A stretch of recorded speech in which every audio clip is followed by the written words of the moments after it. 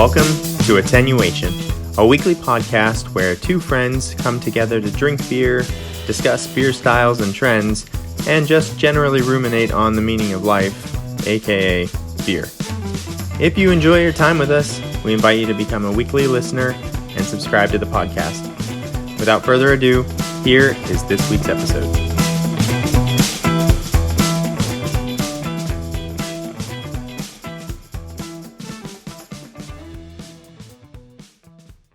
Hello, and welcome to episode 75 of Attenuation, a beer podcast.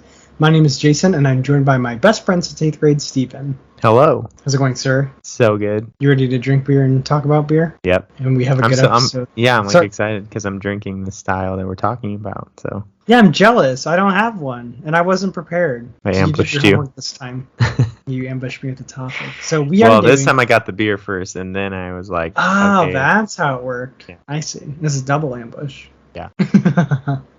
Well, we're doing a deep dive on Ode, Bruin, and Flanders Ale. So we're back at it again. Sours. Back at it again with the deep dive. Yes, yeah, we had to do homework. And Steven's ready because he's going to be drinking a beer from that style. And I'm not. It's okay. That's all good. Do you have a barrel-aged stout at least? I do. Nice. Okay. I'm in a really bad mood today, so I'm going to drink the best beer that was in my fridge. Nice. Okay, I like it. Hey, if there's ever an occasion to drink the best beer in your fridge, it's when you need to pick me up. Having me time with you. Yeah. Wouldn't have it any other way, Steven. Nope. All right, you want to get into our drinking beer segment? Yeah, come on, man. Second reveal what I pull out.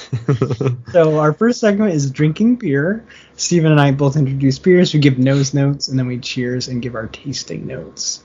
And today, I am drinking my favorite beer in the world, Bottle Logic Brewing Fundamental Observation. Oh my gosh. I told you I'm not messing around. Well, you said your favorite beer in the fridge. I guess I didn't really think you meant the most favorite beer in the fridge or most favorite beer ever. And I've had this for a while, and I've been looking for an occasion to drink it, and my bad mood is going to be the occasion. Okay. Yeah, if there's anything that can cheer you up, this is it. Let's hope. My goodness. So I got this from Craft Shack, and I think I paid a literal fortune for it. So it's okay. It's what we do for our whales. I pulled it straight out of the fridge, so it's okay. You got a lot of it to drink. It'll be warm by the time you finish it. So it poured jet black, thick, with a quickly dissipating head that almost had a red tinge or brown red tinge to it before almost completely disappearing. Just got like a light ring of head there now left. That's it. Wow.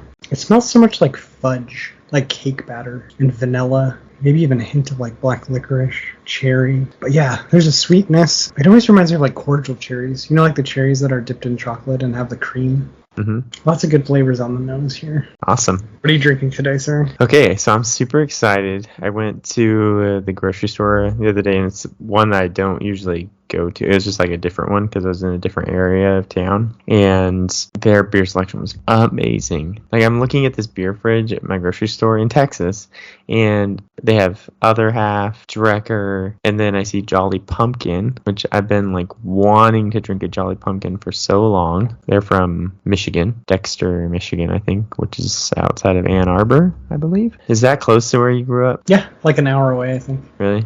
Ann Arbor is where the University of Michigan is? Yes, home to the sprawling University of Michigan. It's in Ann Arbor. Ann Arbor. Yeah, so that's where they are. They specialize, I think, in these. They're kind of a Jester King kind of wild ale, mixed fermentation kind of brewery. But this is one of the beers that they're very famous for is La Roja, which is a Flanders style red ale. This one is La Roja de Kriek, so it's that same beer but with cherry juice added. So kind of a sour amber ale with cherry juice. It's the cat beer. It's the cat beer, yeah. It has a very like fancy looking cat, like a cat in a lieutenant suit. So I bought that beer and drank it. They had it at the fancy bottle shop in my neck of the woods. Before I was like super, super into beer, like I didn't 100% know what I was getting, but I was like, I like that cat. It's like how I buy wine, right? And yeah. Like, oh yeah, that bottle looks cool, right? Well, it's like this super snazzy cat, and he's drinking the beer in like a cool glass. Yeah, he's like swirling it. How can you not like that cat? That's awesome. And the cat is like red. It's like a blood red cat. You got to put a picture of that on the gram. Okay, I will. I do have one Oh, more. the gram is dying, Steven. Did you know this? No. You got to do the gram just wants you to do reels now because they're like I heard about they're trying that. to compete with TikTok. Yeah, I heard about that. I saw a lot of accounts. Instagram wants me to post reels, so here's a reel of pictures. And this is a reel of still pictures, but It's like the most embarrassing thing you can do in the world is when there's something that's more popular than you, and then you like change your core identity to try to copy them. Do you remember when like Bing? they've all spent, done like, it. Basically, like it's all just videos now, like little. But they're not going reels. to displace TikTok. And then like, do you remember when like Bing tried to dethrone Google and they spent like billions of dollars on advertising? It's like, guys, this is embarrassing. Like, Yeah, it's called I know Googling. I know. Isn't that funny how it is like it's almost like they're just not self-aware. Like It's a sign of desperation. come on, when just you, like do your own thing Do and your try thing. You're the picture site. You do the pictures. TikTok does the reels. Come on. Yeah. Well, I hate the Facebook Reels or whatever. Yeah, that, Facebook's like, doing the same thing. and then if you Stories. push the comment, like to look at the comments, it's like, oh no, you have to go to Instagram to view the comments for this Facebook. Oh, interesting. So stupid. Okay. Also, this is 6.9%. Okay. So I just poured it out into my big Brooklyn brewery. Like it's kind of like a really tall Ooh, wine I like your glass. glass. Yeah, it's fancy. A nice deep burgundy brown color. So like some lights, some angles it's kind of brown, and then the other angles you get this like deep red burgundy color. This nose is very like wild, sort of barnyard funky. Mhm. Maybe a touch of vinegar. Definitely some cherry on the nose, like a sour cherry. So that's the sourness is coming off in the nose. So some like lactic sourness, almost like a hint of like chocolate too. Yeah, like it's kind of funny because we're both getting like a chocolate cherry Yeah. off our beers, but yeah, it's almost like a light chocolate cherry with a little bit of vinegar. Okay, I'm right, excited. cheers, sir. Cheers. Well, It's still so good. I have like a lot of I have even more appreciation for it now. does it live up to the memory? Than ever before. Yeah, like for some reason, I swear I remember like more of a cherry note in this beer, but I'm not really getting it this time. And I don't know if maybe it's just mellowed out. This is the 2020 bottling. Okay. And it's been in my fridge for a long time. And I could just be wrong about it, but everything else is exactly how I remembered. And I kind of can contextualize why I like it so much. So it tastes like chocolate cake batter, and then dark fruit fig, and then sweet vanilla caramel. And the second you think it's going to get too sweet, the sweetness evaporates into bourbon. That's kind of where I used to detect the cherry, is right after the bourbon. But then it's almost like baker's chocolate, and it gets dry. It runs straight up to the line of like being too sweet and being cloying, and then it just goes away. Have you been on a roller coaster at Disneyland? Yeah. And have you been on a roller coaster at like Six Flags? Yeah. So the difference that I think I notice is like at Six Flags, when you're in one of the big drops, it gets to the point where you're uncomfortable, and then it goes like 1.5 seconds longer. So you're like, oh God, I don't like this. And then it goes like 1 second longer. But on the big roller coasters at Disney, I swear they've like calculated out like the second you're in the big drop and you start to be like, I want this to be over, it pulls up. And that's exactly what this beer does with the sweetness. That's like, so funny. That is the weirdest analogy. It's just sweet enough without Yeah. being too sweet. And then the other thing is the body is like impossible for how crazy this beer is, because it's 14%. Oh, another thing is like you can't taste alcohol anywhere. There's no alcohol burn at all. So it's super dangerous to drink. And then it's just not thick. You would think because, it's a 14% beer, it's barrel aged, you think it'd be thick. It's just not. It just almost has like a medium body. It's crazy. I think that's kind of why I appreciate it. It's got all the flavors there of the vanilla, the bourbon, that really cool like cake batter, chocolate cake batter flavor, but it doesn't overdo any of them. It's like a perfectly balanced West Coast IPA, but for like a bourbon barrel aged stout. Awesome. Thanks for coming to my TED Talk. Glad I could make it. How's your cat beer? Oh my gosh. This beer is so good. Yeah. People listen to the podcast, they're probably like, oh my God, he loves every beer he drinks. Which is true, almost. But The this best beer's beer so is the good. one in front of you, right? Right? Yeah. So it's so great because it's light bodied and it's so dry. Like the whole thing is dry. Like this never even approaches sweet ever. And so it's very much like drinking a red wine. Very wine-like. Like the bitterness in this is very tannin, like a red wine. Okay. But yeah, just great notes of cherry, a little bit of raspberry. The finish is very much, that's where you kind of get the acidic feel from it. Like you just finished a glass of orange juice, that kind of like acid sitting in the back of your throat. Yeah. So there's almost like this orange juice note to it, but not sweet. I mean, this beer is not sweet at any point. It's the essence of orange juice. Yeah. It is a little bit sour. It kind of has this like middle of the tasting rise of sourness that just kind of like quickly comes and goes. It's not, I mean, look, you're talking to someone who loves sour beers, so maybe my palate is wrecked or my perception of sourness is bad, but I would think that someone even that is new to sour beer could handle this. Like it's not crazy sour. It's just this sort of quick rise and fall of sourness in the whole tasting, which is more just very like I said, just very tannin, dry fruit flavored, like drinking a red wine, but just so light bodied and drinkable. Like you just want to keep putting it back up to your lips. Like it's just so good. Nice. So thumbs up for the cat beer. Thumbs up. 2 thumbs up. You know what I think we need to do? Although maybe your number one hasn't changed, but I think we do need to do a redo of the top 10 beers. Yeah, we should do it after Great American Beer Festival. Because we did that pretty early on in the podcast. Mm-hmm. I think I throw my whole list out the window and just restart. Oh, cool. That's interesting. Yeah, a whole knowledge of beer and of course range of what I've now tasted has just gone way up. So I bet you mine would change a lot too, but maybe not my number one. I almost was when I did my first top 10, like I had not had enough beers. Like I hadn't drank enough beers at that point. You had some filler on the list. Yeah. You're like, I think, I'll throw that one on. So, that was an incredibly hard exercise to do, by the way. So yeah, it was. Yeah. But I would love to do a repeat. For sure. We should do an annual or maybe biannual. Yeah. So it could be the 2022 top 10. But yeah, let's wait till after the festival. We'll take notes. Yeah, see if we drink anything there that changes our mind. Right, and it'd be a good chance to maybe try some things in close proximity. Because that's kind of the challenge of doing like a top 10 from your memory. It's like, it's never like, you're never going to get to try like all 10 of your top 10 side by side to like rank them correctly, right? So, right. And if you did, that would be like the best day of your life. Well, especially like beers that you only have one time. Mm-hmm. It's like, actually, do you know what? What? I think I might like Rusty Nail more than this. Okay. Yeah. So I mean, there might be a change. Because was this your number one?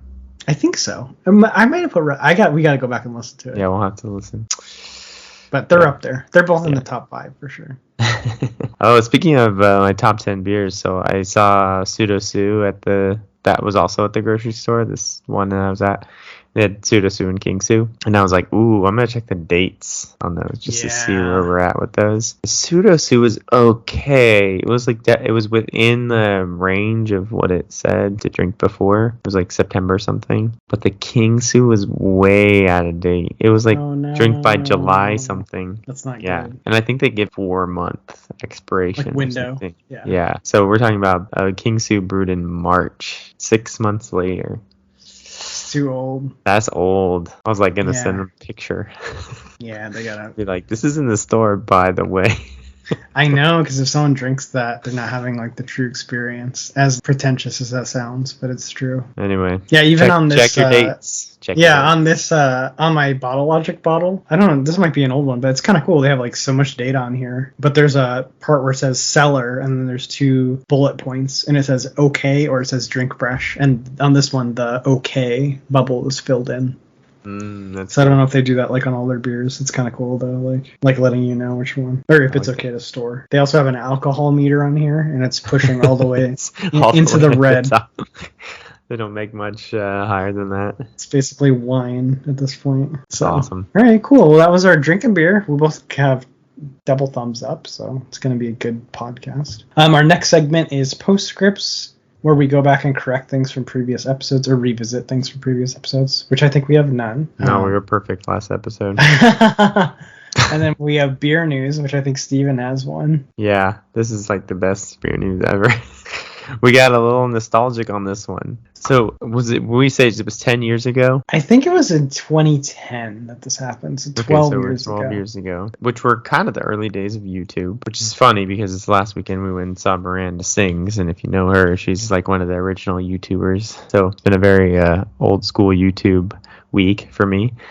But you may remember this clip from Huntsville, Alabama. This guy named Antoine Dodson was interviewed on the news about like a suspected rapist in the apartment complex kind of things. And anyway, he was interviewed on the news, and they turned it into there was an auto tune the news. Was that a channel that would do that? I can't find it anymore. They changed theirs. They changed themselves to Songify the News. Gotcha. But that you were known as Auto-Tune the News, and they would just take things that got reported onto the news and turn them into songs by auto-tuning them and like adding beats and stuff like that. So anyway, it was a very fiery interview where he was saying, hide your kids, hide your wife, because we got somebody out here raping everybody, and we're going to find you. So run and tell that. Anyway, that was basically the gist of it. It was the most watched YouTube video of 2010. Dang. Okay, cool. Oh, that's good knowledge. Yeah, so Antoine Dodson has now teamed up with a Huntsville, Alabama brewery called Straight to Ale Brewery, and they are making a run and tell that ale based on that Nice video. Yeah, so it's like a collaboration with a YouTube star. I guess his part is just his face. They and put him on the nostalgia. label. Yeah. But yeah, I believe this Straight to Ale Brewing is doing a whole series of collaborations with like old YouTube video stars. But anyway, I just thought it was funny because I'm pretty sure Jason was the one who initially told me about that video. Probably. I was really into all these videos. Like the first thing what you were the first one to tell me about? What's that? Gangnam Style. Yeah. I think that's still one of the most popular. You told me about it, and I watched it. I was like, what am I watching? And then that song blew up. Oh, yeah. I think that's one of the most... I think it got passed, but for a while... I think it was the first YouTube video to hit 1 billion views or something like that. Oh, wow. But yeah, that was back in the days of like... I'm probably going to mess up the... So that was 2012. There was this time when the internet, it was like the early YouTube days, and like stuff was so weird and crazy, and like it was kind of like uncharted territory. Because you remember, I don't know, this might have came later, but do you remember like epic rap battles of history? No. Let's see. No, that was they still do them. They're newer, but like I try to think of the other YouTube things I would watch back then. Like, did you ever watch regular ordinary Swedish mealtime or whatever? There's all these weird. I'll send you a playlist. This is 2011, like same time. There's just all this weird stuff on YouTube. So Auto-Tune the News, like there's all this weird stuff. So yeah. Yep. It was a different time. There was no TikTok back then. So. Yeah, that was the golden age, man. It really was. A GameCube, that was the cutoff. Well, I just think nothing it was past kind of GameCube, like, and we would be better. Yeah, we'd be better. We'd be better for it. To stop the technology. I'm a Luddite now. I'm 40 and I'm a Luddite. But no, there was just like, I don't know what it was. It was like, I don't know. YouTube was still early. Like it wasn't like a career yet. I feel like if you ask any kid now what do they want to be, is like, I want to be like a streamer or like a YouTube star. TikTok like, star, yeah. It wasn't quite to that point yet. People were getting huge on YouTube, but it wasn't like captivating everyone's minds and stuff like that. No, they didn't even know they could make money. Like people didn't know they could make money doing it. They just did it. They just did weird stuff just because they wanted to. And now I feel like everything everyone does on social media is like, well, like of these big channels and stuff, it's like just, it's all the grift, right? It's all just to make money. So it's lost its purity. Like everything does eventually. Yeah, exactly. Unfortunately. So, anyways, so they're making a beer, cashing in on that old. I feel like they're targeting our generation because no one today knows like that song or Auto-Tune the News. Like that's an old YouTube thing. So. You know what's funny is the other day, so I listened to a lot of podcasts, but I turned on I can stream my talk radio station from San Francisco. I can stream them through my phone. So they talk about, it's like the San Francisco sports talk radio. Okay. And I listen to their morning show. And it's so funny because I'm listening to it. I'm thinking, this is the original podcast, talk radio. Like a talk basically. Radio show. Mm-hmm. Like they just, they have a top, whatever they're talking about currently. And then they just like riff off on something else. And they got their segments. Yeah, they got their little exactly their interviews and stuff, and it was more like live podcasting basically. Mm-hmm. Yeah, and I don't know, just made me laugh. Like, oh yeah, this isn't so new. Well, podcast is almost like it's like on-demand radio. On demand, right? It's like radio you can listen to whenever you want. So yeah, exactly. Yeah. By the way, since we're on tangents, I looked it up and I'm gonna test you. I think you might get this right. Okay. What do you think the most watched video on YouTube is? And I guarantee you've heard it many times. Kids really like it. Like of all time? All time, most views. Baby Shark. Yep, Baby Shark. I knew you'd get it. 11.2 billion views. There's only 6 billion people on Earth. Everybody's watched it twice, I guess. Oh man, that's crazy. All right, so that's our beer news. Do we have a stories time with Steven? Yeah, okay. This is great. This last weekend, I was lucky enough to take my daughter to her cheer practice. She's a cheerleader. Evan helped me. In Texas. It's a different thing. It's a whole different thing. Intense, by the way. Anyway, took her to cheer practice and I had a couple hours to burn, and very close to her cheer gym is Red Horn Brewing. So I still needed to work on the podcast on Sunday. I wasn't like procrastinating or anything. And so I took my laptop and I just went over to Red Horn and I was editing my podcast over there. And so I sat up at this table and I put my headphones on, right? Like I shouldn't be able to hear anything. But there's this table right next to me and it's like this couple or not even a couple, like a maybe second or third date, right? Like not first date, I could tell, but a new like starting relationship maybe. And so my wife does this way more than I do. Like she'll get like lost in a conversation at the table next to her. I can like completely tune everything out around me. She'll be like, "Did you hear that?" I'm like, "No, I didn't." But you could not tune this guy out. He was so loud. The loudest voice. But anyway, I basically got lost. His conversation. I didn't get much podcast editing done because I had to listen to this guy talk. And maybe, I don't know, maybe I'm cynical, maybe I'm old, maybe I haven't dated in a long time. Well, I haven't dated in a long time, but I wouldn't ever want to do it again because these conversations were so awkward. And at some point he was talking about like the items he would take if he was on a survival show. Wow. I mean, he had put a lot of thought into this, like a lot of thought. Like he was ready. If you had walked up to this guy on the street and asked him, he would have been like ready for this answer. So that was fun. And he laid out his whole schedule for the next 2 weeks, where he was going to be and what he was going to be doing, so they could figure out when they could hang out again. Okay. Seems like a little too much information, but like I think he was like subbing for a volleyball team for his buddy, plays volleyball. He had to sub in for his team because his friend couldn't be there. And anyway, I just wanted to tell you about my fun story at Red Horn Brewing. I got to drink Watermelon Crawl Goza again because it's my favorite beer this summer. That's my 2022 favorite summer beer. Summer vibe beer. Yeah. So Watermelon Goza with basil. That sounds so good, actually. I know.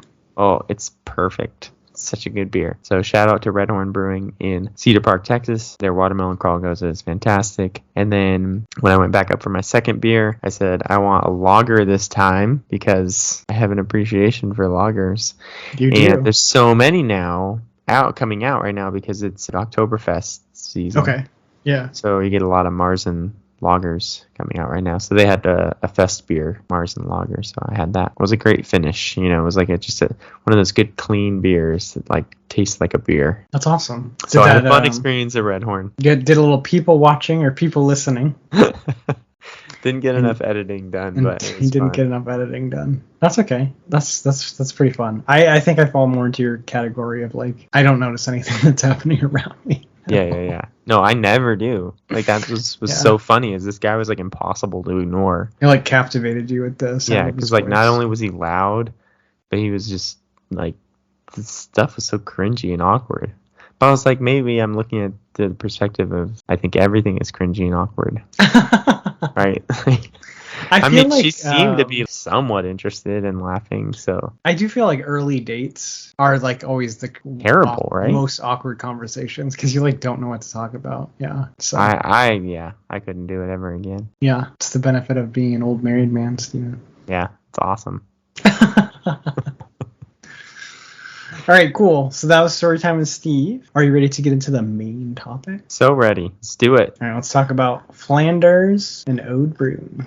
You had like a moment of panic, right? That we had already talked about this. Yes, when you texted me, I was like, I thought we did this. But then I looked. We did some deep dives where we were like tangentially touching. I think Lambic maybe we mentioned it. I think that was probably the episode when we did. But then when I started reading about it, I was like, we haven't talked about this before. Because I don't remember any of this stuff. Or I just forgot it all, which is also possible. Well, and then, so I said, like, let's do a Flanders right out. Because I got this awesome beer from Jolly Pumpkin. And I was like, yeah, we got to talk about this style because I started reading about it. And then I'm realizing today that, like, well, we got to do Oud Bruin too because they're so connected. So closely related, yeah. So that's what we're doing. So the very first thing I read, and I want to bring this up because you'll see in a minute. But so for Flanders style, they do not use dark sugars or malts, but they caramelize the wort with very long boils, sometimes up to 20 hours, to kind of get those flavors. Oh my gosh, that would be so long. I know. First of all, they said it's like very expensive process. Could you imagine like boiling something for 20 hours? Yeah, that's a lot of energy.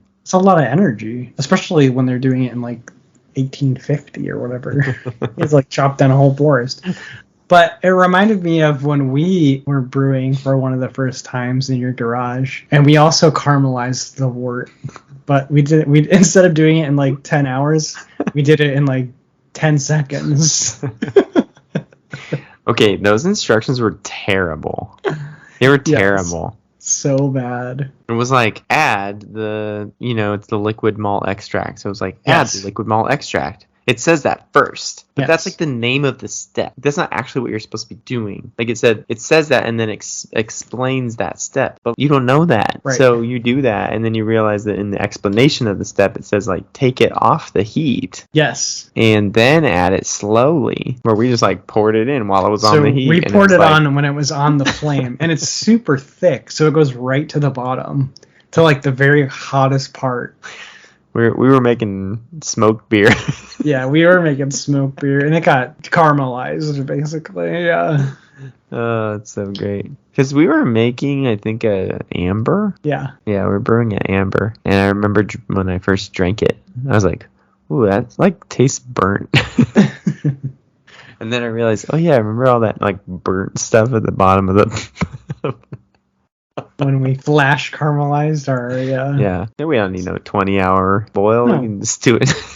I feel like we invented a way faster way to do it, but it's like a oh no, I forgot. What was the name of the brewery that kept doing like shortcut after shortcut after shortcut? Schlitz. I feel like we did a Schlitz shortcut where it's like you can boil for 10 hours or you can just burn it. Yeah. For 20 seconds. For 20 seconds. Way faster, more efficient. It's like basically the same. Yeah, it's similar. All right, so I just had to mention that because that was one of the first things I read about Flanders, and it reminded me of that situation. So nice. I didn't read anything about the long boil, so that's good. Good info. Good knowledge. When you're homebrewing, a 1 hour long boil, you're so bored. It seems so long. Yeah. Even if you have like a hop schedule, like every 10 minutes. 10 minutes is a long time when you just sit there. Staring at boiling water. Like making sure the temperature stays right. And you're like, oh my gosh, so long. So imagine doing that for 20 hours. Hopefully they do take shifts. Yeah, I guess. Well, it was 1850. There's literally nothing else to do. Watching boil water, watching work boil was fun. Yeah.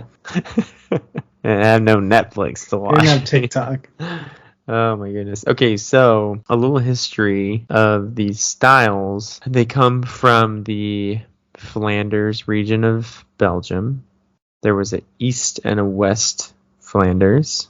Mm-hmm. They each have their style, and their brewery that kind of started that style. So the East Flanders style is the Oud Bruin style. The West Flanders style is just the Flanders red. The Oud Bruin original brewery, I think we can attribute to Leafman's. They had a brew process. So we're talking mid 1800s now. So mid to late 1800s. So they now have an understanding of yeast and bacteria, how fermentation works. And so this is more of a modern style where they're controlling the fermentation a little bit more. So and I think this is probably why we mentioned it when we did the lambic deep dive, because it's sort of a tangential style. But lambics were historically spontaneously fermented. So you put that wort in the coolship and just let whatever ferment it.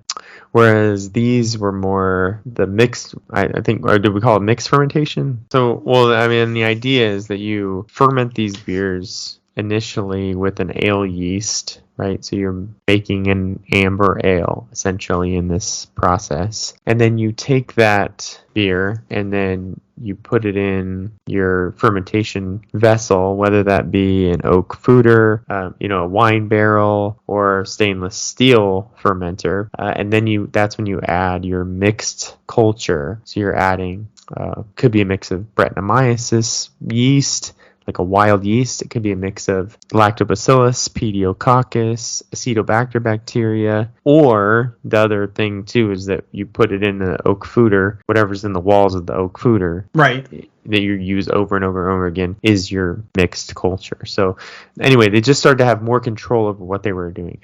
Whether that be the barrel that they use. Mixed fermentation. Sorry. Okay, cool. Yeah. So whether that be the barrel that they use over and over again, or an actual culture that they just put into the secondary fermentation. But either way, that's just I think one of the reasons for that is you get alcohol protection. So it's not as uncontrolled as the coolship spontaneous fermentation. You get more control, but you still get all those like wild flavors and the terroir, the earthiness, that stuff that makes beer like it's sour, tart. It's a chaotic blend, but it's not like when you do a coolship, it's literally whatever floats into it, like right? Literal chaos, yeah. It's literally chaos. This is like a controlled chaos. It's like they bottled chaos and then they apply it. So they're controlling it, but it still has that. It's still going to give it that wild flavor, right? Yeah. Yeah. And we talk about when we do deep dives, there's always like some element of tax laws and the 5 pillars of a deep dive. Yeah. It's war, fire, tax evasion, a style being carried or revived by a single person, and prohibition. Those are the 5 pillars. They're present in almost every deep dive. Well, the tax evasion, I think, was a little bit more towards like just like laws dictating what they could use and that kind of stuff. Beers in this area, they weren't really using hops for preservation. So they were brewing beer with this mix of herbs and spices called gruit, and breweries hated brewing with gruit. So I think one of the reasons was that like there were laws made that like forced breweries to brew with gruit as opposed to hops, I think, and there was some sort of like tax money thing involved where like they wanted gruit to be used. But anyway, basically these breweries hated using gruit because their beers went bad so quickly, and so to combat that, that's when they started using these mixed fermentations, because the bacteria and the acid created by the bacteria preserved the beer longer. So that's really why it really is funny, because it's like they weren't making sour beer because they wanted to drink a sour beer, right? Like they made a beer that would last longer, and in order to have a beer that last longer, sour. It needed to be a little sour. Which is another, like, it's almost like the 6th pillar, but it kind of ties into the tax evasion thing. It's like a lot of times there's some like regional reason that a beer is the way it is. Like, for example, the 2-row versus 6-row barley. When it came to America, they had 6-row and it added a lot of protein, so they started adding corn or rice to get the clarity back. But then that becomes what people get used to drinking, and that's what they want. So it's like they didn't really the sourness was a byproduct, but then it becomes a feature, right? Yeah. Because people drink that over and over and over again. They expect it to have that nice sour flavor. Yeah. And what's funny is mentioned a few times is that these beers, there's kind of a wide range of sourness in these beers. And when you drink some of the originals, so like Duchesse de Bourgogne. Yeah, good luck saying that. Yeah. I listened to it like 100 times to say it right. Doesn't matter. Guarantee I didn't. But the Rodenbach, Flanders, well, we'll get into that a little bit, Rodenbach. But anyway, these original styles from this area, they're actually not that sour. And a lot of the more sour ones are the American ones. Because for whatever reason, Americans really do prefer a very sour beer. They like their sourness. Or at least the people that like sours like which is like me and you. Yeah, the more sour, the better. Yeah. So do you think that's because Americans are like children? We're like still in our yummy phase. Like we want things to be like just big, sour, sweet, like as possible. And then Europeans are like, they got over their yummy phase. Yeah, I think so. They're like, guys, you don't have to have everything set to 11, right? You can have things set to 4 or 5, but we're like, we like 11. Yeah. No, I mean, it's a refined... Yeah, exactly. It's a much more refined palate. And part of that, too, is like the food industry here, like where we just jam sugar into everything. Exactly. That's kind of what I'm getting at. Corn, it's like, we drink Big Red, right? Yeah. It's like the sweetest substance on the planet. And like, yeah. Yeah. Giving that to a European, they'd just be like, what the heck? They would, yeah. Although we have spread that culture a little bit, too. We have, yeah. And maybe that's like... to some of the countries like I lived in Romania, right? They didn't have access to any Western culture until like 1989. They got rid of their communist leader, and all this Western culture flooded in, and then it's like McDonald's and all that stuff, and they like love it. So just like when you get a taste for it, or when you first have it, you realize like they're in the yummy phase. Yeah. And that's like an evolutionary thing, right? You just like this excess of calories and sugar, and your body's like, this is the best. Oh yeah, it's like a hack right into that dopamine into center. The brain. Yeah. But yeah, Europeans are like, I don't need all that. Give me dry. Yeah, I'm just being stupid, but no, I think it is like and I think that's why a lot of these things are acquired tastes too. You have to drink them over and over again. You start to understand that like you don't want, this beer I'm drinking right now, like it's the exact opposite of the smoothie sour, right?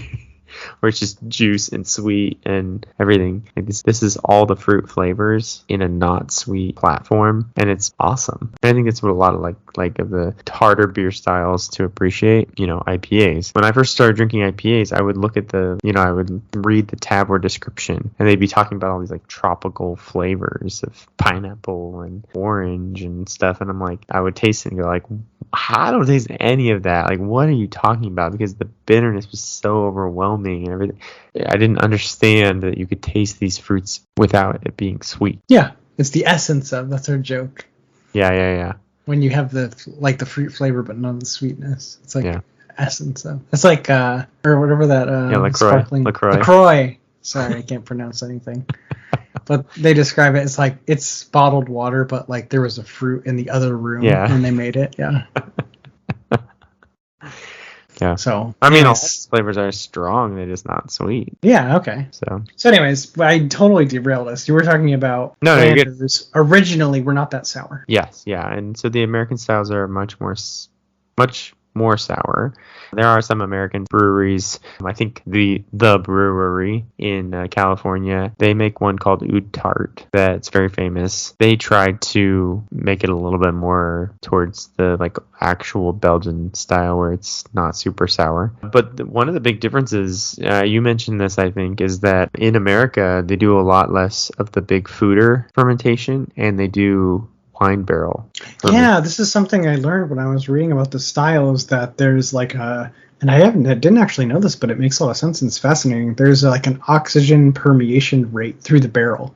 So over time, oxygen does get into the barrel while it's aging. And there's a surface area calculation, basically. So like in a wine barrel, you have a lot less volume and you have a lot more surface area, so you get more oxygen permeation. And that can kind of affect if you have aerobic versus anaerobic yeast and bacteria, they're going to like or dislike the level of oxygen.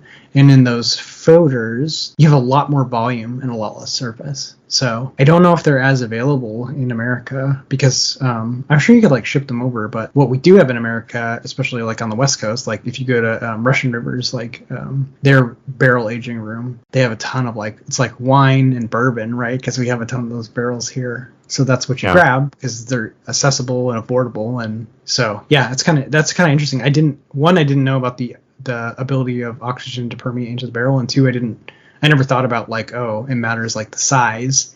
Like I always thought about, oh yeah, if you get a wine barrel, that's going to impart like the wine flavors. If you get a bourbon barrel, that's going to impart the bourbon flavors. But even the size can make a big difference, which makes sense. But yeah, kind of cool thing I learned when we were researching for this episode. Yeah, reading over, I think Oud Tart, I want to say, is aged in red wine barrels, that one from the brewery. So yeah, a lot of the American styles are wine barrel aged. This one, the one I'm drinking right now from Jolly Pumpkin, it's foeder aged. So it's 100 barrels. It's a 100 barrel foeder. Yeah, see, that's more traditional. And I think that's what's going to give you that more traditional flavor. Because think of how big that barrel is. It's massive, right? Yeah. Jester King does a lot of, when I took their tour, they had a huge barrel room. They, of course, are aging a lot of their things in barrels, but they do had like 3 or 4 foeders in their barrel room. But. So, and I'm jumping ahead a little bit, but La Folie from New Belgium, I was super curious because actually it's really cool. We're going to talk a little bit more about it, but Rodenbach, which is the brewery that has that deep historical tie to the red Flanders style, one of the people that worked at Rodenbach actually came over to work at New Belgium in America and was responsible for helping start the La Folie, which is basically their sour style, right? You know, it's funny. I've seen that beer called a Oud Bruin, and then I've also seen it called a Flanders Red. They call it both. Yeah, it's really funny. But it says this ale is matured several years in giant French oak wine barrels called foeders. So they are using the foeder aged. Yeah, super cool. Yeah, I think that is actually becoming more common in the United States. But I will say, I think California breweries tend towards the wine. The wine. It makes sense. They're just here, right? So yeah. And so I'll mention too. So kind of the big differences, and this is why the Flanders Reds and the Oud Bruins it's almost like this line, like you can't quite tell them apart, because even color, you'll get a Oud Bruin that looks a little red, Flanders Red that looks a little brown. Even in my glass, my Flanders Red looked red and brown at the same time. And so what some historians say is that Rodenbach actually coined the term Flanders Red and marketed it as the Flanders West style, even though it was like a 20-mile difference. Yeah, I think these two breweries are 25 miles apart, but they got known as West and East. It's kind of funny. Yeah. So one of the main differences was the fact that the Flanders Reds were aged in the foeders, but Rodenbach basically coined this Flanders Red term just to set them apart from the shelf. So it was just looked like something different on the shelf. But Liefmans, historically, they put their bacterial strains in the mash, open fermented like a lambic with, like a cool ship kind of fermentation. And then they put their beer in stainless steel tanks, and then sometimes a barrel after that. So anyway, there's just, again, you could try to describe one as being a little bit different than the other, and because of how they're brewed, but there's so much overlap in how they're brewed that it's hard to tell them apart. But mainly, the Flanders Red is going to be very red wine like the one I'm drinking. A lot of currants, black cherry. Well, and it's blended, which is interesting. So they do age it. They call it the triangle of taste. That's what they called it in the beer Bible. For the Flanders style is sweet, dry, and acid. And so you get the dryness and acid is they use 25% of the aged, which it was kind of funny. They said it can reach 98% attenuation. So it's the titular line of the podcast. I believe it. This thing is dry. Yeah, super dry. And then they use that.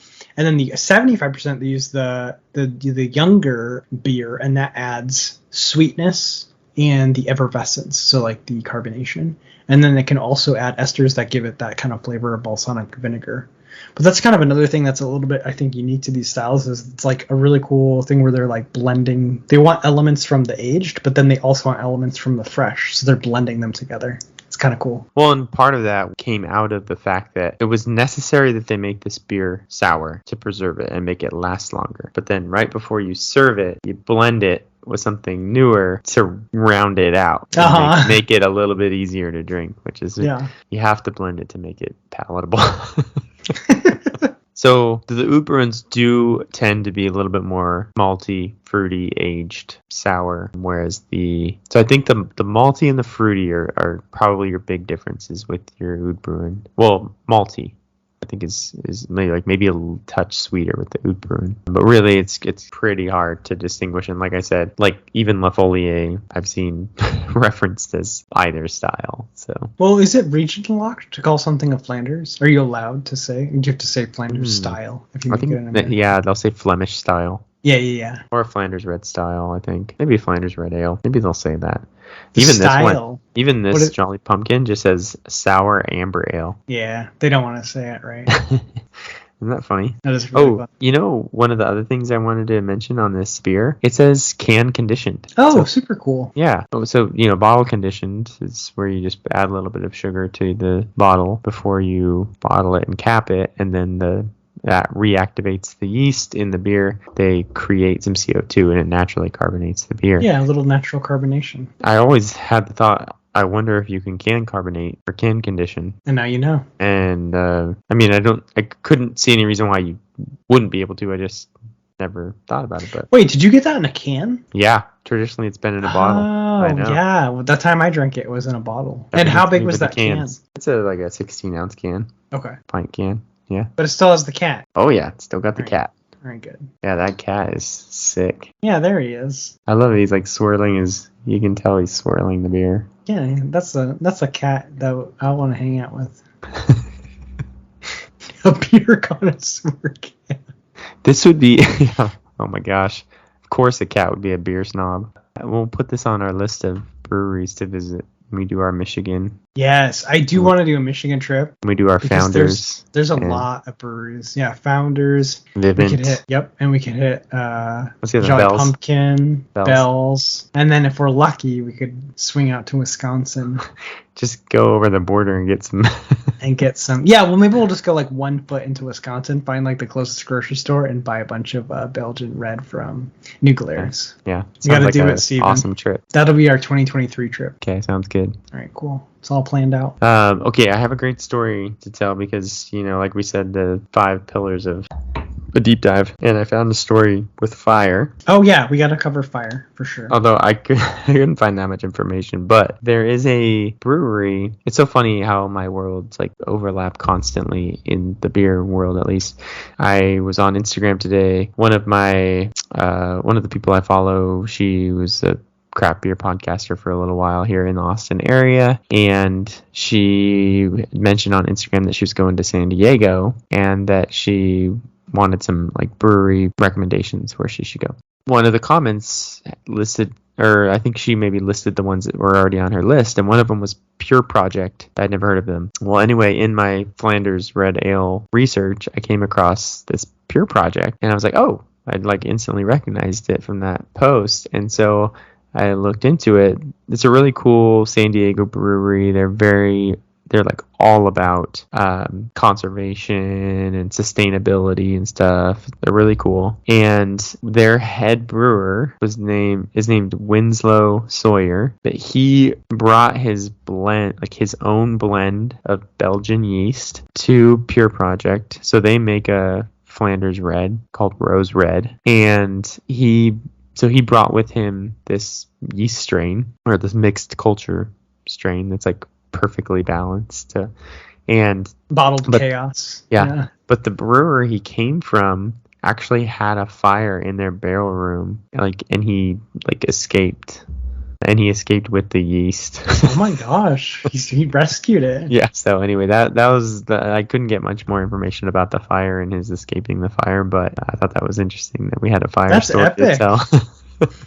No, that's a perfect fire edition for the 5 pillars of the deep dive. Yeah. There was also a really cool aging method that they use at Pure Project. It's called the Solera brewing method. Okay. Apparently this was used in Spain with like sherry and brandy or something, but Anyway, what you do is you stack the barrels. Okay, so you have a bottom row of barrels, and then like you have rows of barrels on top of that, and they're all like they're connected. So you have this bottom row of barrels that's the oldest beer, right? Because by gravity like that, they filled that one first, and then they through time like added newer beers fermenting in the rows above each row. Okay. Well, when they pour beer out from the bottom, like one of the bottom, the bottom row, it naturally brings some of the beer from the row above down into those barrels. That is so cool. And so it's just the slow trickle and mixing of different ages of beers that are like picking up flavors from the beer they've just joined. They're bringing flavors from the barrels they just came from. And it's just this like constant aging. And then you're constantly putting newer beer up in the top barrels. So that is really awesome. And I'm pretty sure, okay, we'll postscript this. I think balsamic vinegar, traditionally, people would do the exact same thing, where they would have like this giant cask of aging balsamic vinegar, and they would tap it at the bottom, and they would pour out from the bottom. And every time they would take some out, they'd add new to the top. And it's the same kind of concept of like, it's all kind of in there continuously aging, and you're always kind of replenishing it, but you're drawing from the bottom. So you're like kind of like grabbing a lot of the oldest portions. That's super cool. I didn't realize they did the same thing with beer like that. Yeah, so that's what this Pure Project Brewing does for their Flanders Red. That sounds so cool. That's how they age it and blend it. Yeah, no, that's awesome. I want to try that cool one. Info. I know. Now I want to go to Pure Project. Yeah. You want to hear my recommendations for her in San Diego? Yeah. Ballast Point. Okay. And I said don't listen to the hate. Yeah, they still make some good beers, right? Going to the Ballast Point tap room is awesome because one, they have all their standards, but they have all these like R&D beers. Yeah, like cool stuff you can't get elsewhere. Yeah. Also, they're independent again, so that's true. You're not supporting big. They're bought by what was it? Kings and Convicts. Yeah. And their food is delicious. I love a brewery with a good restaurant. Such good food. And then my sleeper pick was Mike Hess Brewing. Which I was sad to see. Actually, speaking of our top 10, one of the beers on my initial top 10 was My Other Vice. Other Vice, yep. Yeah, from Mike Hess. It doesn't look like they make that beer anymore. Oh, no, really? It's not on their website in their seasonals or year rounds. So. Dude, add it to the list add it with Aunt Sally. We need like a list of like gone beers. but not forgotten.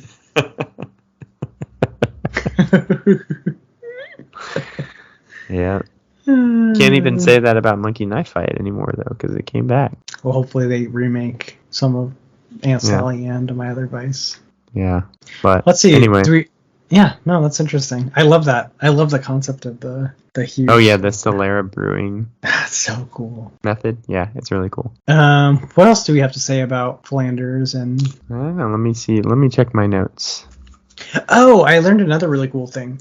So in the Flanders aging process, they don't actually go by. Sometimes they're like, oh, we age it for like 8 months or something like that. Okay. They said they don't really have a target time, but what will happen is that the master mixers and master brewers will just taste. And when a barrel gets to like exactly where they want it, then it's done. But that can take like a variable amount of time. Gotcha. So I thought that was really cool. Yeah, this La Roja Kriek was 11 and a half months. Like, yeah, it might be the same situation. That makes way more sense now. Because when I read that, I was like, why? Why? Like, yeah. Like, just do a year. Yeah, so they're like constantly tasting it, and then when it gets like just where they want it, then they pull it out of the barrel. So that's pretty cool. That is awesome. I love that they can like taste the subtleties changing. Yeah, that stuff blows my mind. I mean, we talked about that before. It's just like master tasters, right? Yeah, us eventually, right? They're definitely level 4s, right? On the Cicerone. Yeah. Oh wait, hold on. Well, I guess I could save this for beer news on another week, but it doesn't matter because now I'm talking about it.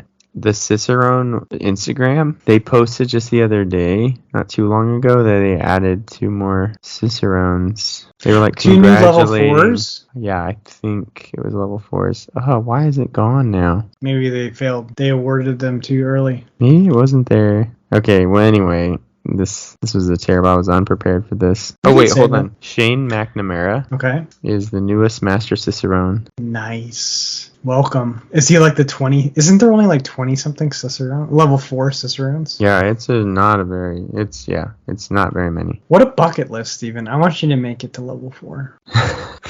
It's probably not gonna happen, but Do you think we can crash the level 4 test? Isn't it? We know where it is, right? it's in Chicago. Let's just go to Chicago when it's level 4 testing. Go to the location. Just be like, we wanted just to hang out with you nerds.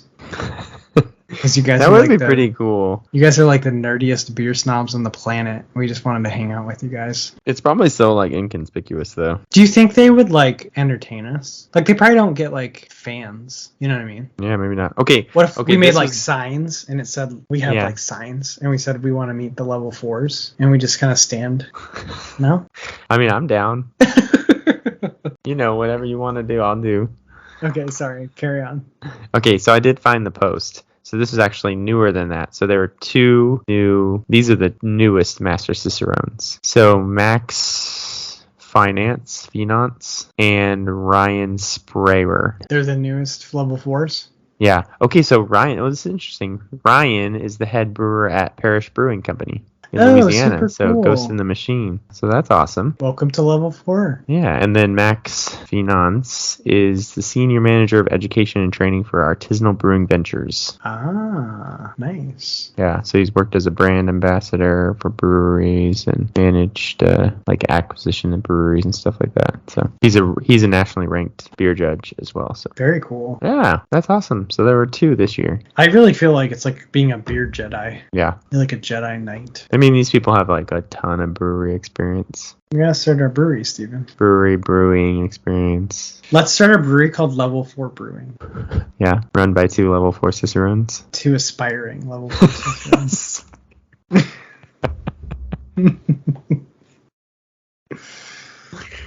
One of my coworkers is dating this guy whose his aspiration is to be a billionaire philanthropist. Oh, he's got a long way to go. I was like, yeah, that's my aspiration too, but there has to be a plan. I feel like being a millionaire is a pretty like reasonable goal, but being a billionaire it's out there.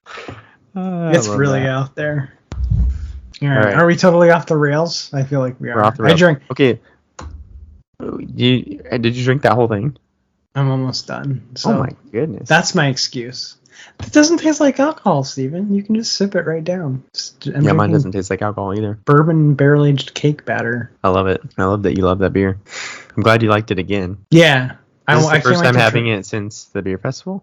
I think so, yeah. I can't wait to try it with you in October. I'm just going to watch you intently stare at your face while you sip it. Yeah, I'm pretty excited to drink. There's a lot of beers I'm excited to drink. I want to see your reaction. Like, I don't even know that I'm excited to drink them, but when I get there, I will be. We got to be careful. Do we? Yes, because you can't get too tipsy. I'll bring I&B supplies again. You got to be very disciplined. Yeah. I got a good hangover cure. Yeah. 2 liters. No, we got to try everything, and then we can go crazy on our favorites. But you got to be very careful, like not to get too tipsy too fast, because it really affects your opinion. Yeah. You're like, this was great. Yeah, exactly. Okay, so before we finish, I do want to mention we've kind of briefly mentioned them, but I just want to mention some styles to seek out, Oh yeah. or some specific beers to seek out. So you've had the Duchesse de Bourgogne, I the love cherry. that beer. You had the cherry. I've had one on the regular podcast. and the cherry. Yeah, Yeah. and I like both. So yeah, that's a classic Flanders red. That one actually has a little bit more of the balsamic vinegar. And that's what I like about it. I love that Yeah. balsamic vinegar flavor. Yeah, it's pretty distinct in that one. The other one, the Rodenbach, apparently, so they have a Grand Cru, which rates very high, but they're if you can ever find the Alexander, so the had Rodenbach that. Alexander, really? It's so good, dude. So that one is a blend, and it's also macerated with cherries. So Yeah, look I out really for like. Rodenbach I really Alexander. like that one. And it even says right on the label. I just looked it up really quick. Aged in oak voters. So yeah, red ale macerated with sour cherries. That's the one to get. It's 98 on Beer Advocate. Nice. Yeah. That's awesome. Oud Tart from Brewery Tarot, or The Brewery. It's their Brewery Tarot series. Check that one out. La Roja from Jolly Pumpkin, of course. La Folie from New Belgium.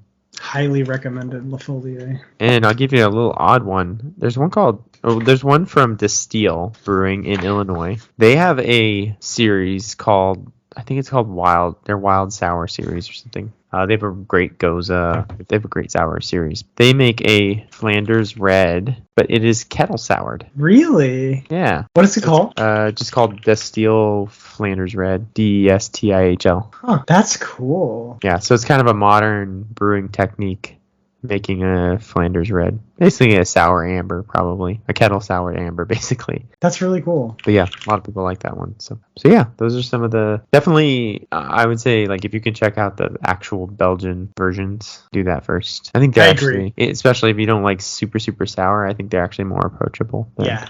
Well, Rodenbach is actually, if you have like a Total Wine or one of those like giant distributors near you, you can definitely get Rodenbach. Oh yeah, for sure. Yeah, it's pretty widely distributed. Check out that section of beer that you never check out.